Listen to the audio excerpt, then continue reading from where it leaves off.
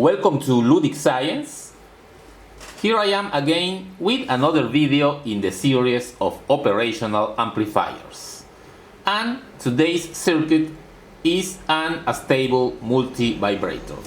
That is, this circuit produces at the output a train of square waves, as you can see in the oscilloscope.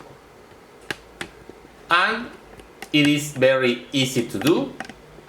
You just need 3 resistors, a capacitor, and of course your op-amp chip. In the case of this particular circuit, I am using the 741 op-amp. And also you will need your power supply. I am using 2 9-volt batteries in series in order to have the positive and negative voltages, and the ground, which is the center point of the 2 batteries. So let's see how the circuit is built and explain how it works.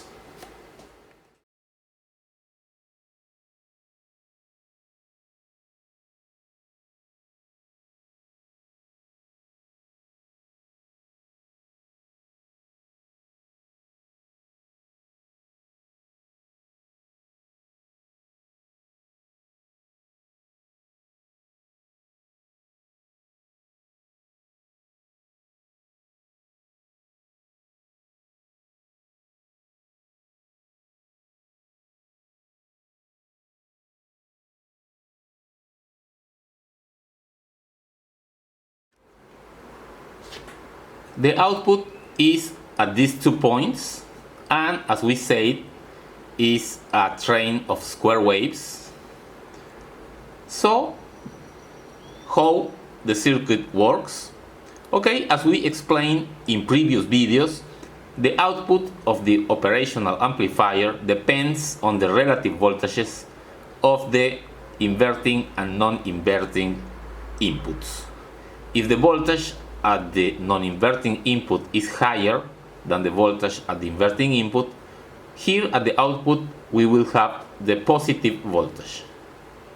To the contrary, if this voltage is higher than this one, at the output we will have the negative voltage.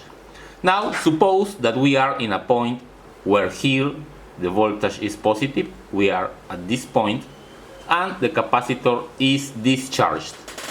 Then the capacitor will start charging via this resistor and the voltage will start to rise. Then the voltage here at the inverting input will be equal and higher than the voltage at the non-inverting input, and here now we will have negative voltage. So the voltage here drops from positive to negative. But now, here we have negative voltage and the capacitor will start to discharge, and the voltage here at the inverting input starts to fall. When it falls at the level of this other voltage, then the voltage at the output will be positive again, and we will be here at this point. And this cycle repeats. We will be changing from positive to negative to positive and so on. Of course, the time that it takes for the change of voltage depends on the value of the capacitor and the resistor. Higher capacitance needs more time to charge, and higher resistance also means higher time because it is more difficult for the capacitor to charge, because a larger resistance means less current.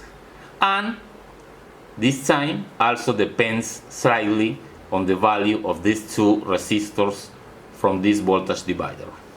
The precise formula is here.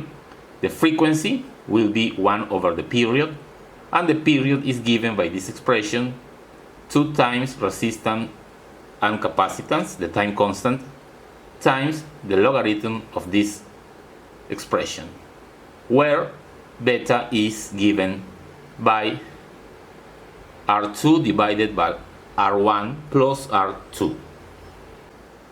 And here we have the output, as we say, a train of square waves whose frequency for the particular value of the capacitance and resistors in this circuit is 886 Hz.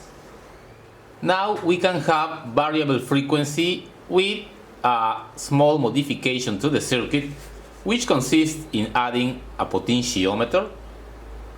And as you can see, we have a minimum frequency of 440 Hz and a maximum frequency of a little bit more than 2 kHz.